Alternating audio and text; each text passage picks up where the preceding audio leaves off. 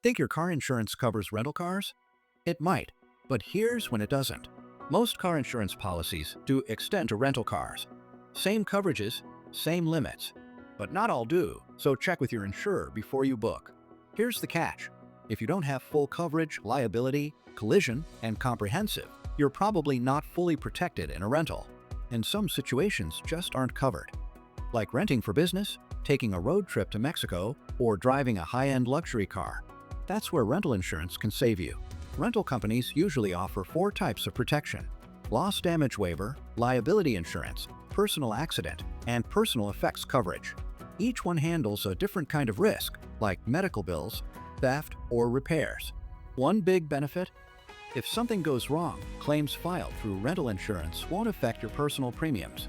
That peace of mind can be worth it. Credit cards might offer some protection too, but usually only for damage and often as secondary coverage.